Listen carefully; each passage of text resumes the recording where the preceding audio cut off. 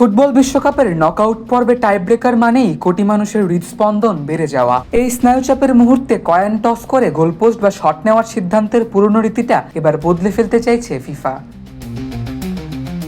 28 June থেকে শুরু হওয়া নকআউট পর্বের আগেই হয়তো নতুন কোনো নিয়মের সাক্ষী হতে চলেছে ফুটবল বিশ্ব।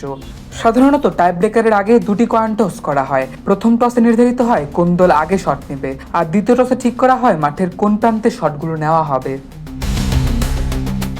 কিন্তু এই দুই টসের পদ্ধতি নিয়ে বেশ কিছুদিন ধরেই অসন্তোষ ছিল। বর্তমান পদ্ধতিতে অনেক সময় একটি দল উভয় টসেই হেরে যায়, যা তাদের জন্য চরম প্রতিকূল পরিস্থিতির সৃষ্টি করে। দুই টস হারের ফলে মানসিকভাবেও অনেক দল শুরুতেই পিছিয়ে চিয়ার আপের রিফ্রেশিং স্বাদে সবার মুখে হাসি ছড়াবে। চিয়ার আপ ছড়ায় হ্যাপিনেস পড়ে।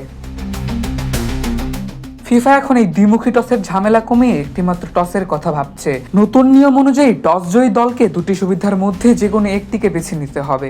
তারা চাইলে আগে শট নেওয়ার সুযোগ নিতে পারে, অন্যথায় নিজেদের সমর্থকদের সামনে গোলপোস্টের প্রান্ত বেছে নিতে পারে। অবশিষ্ট সুবিধাটি সরাসরি চলে যাবে টসে পরাজিত দলের কাছে। ফুটবলের আইন প্রণয়নকারী সংস্থা ইন্টারন্যাশনাল ফুটবল অ্যাসোসিয়েশন বোর্ড বা আইএফবি এর সঙ্গে ফিফা ইতিমধ্যে এ নিয়ে আলোচনা শুরু করেছে। বিশ্বকাপের নকআউট পর্বে ফুটবলের নিয়মে নতুন সংযোজন শেষ পর্যন্ত কী প্রভাব ফেলে, এটাই এখন দেখার বিষয়। স্বপ্নিল ভুইয়া, খেলা ৭১।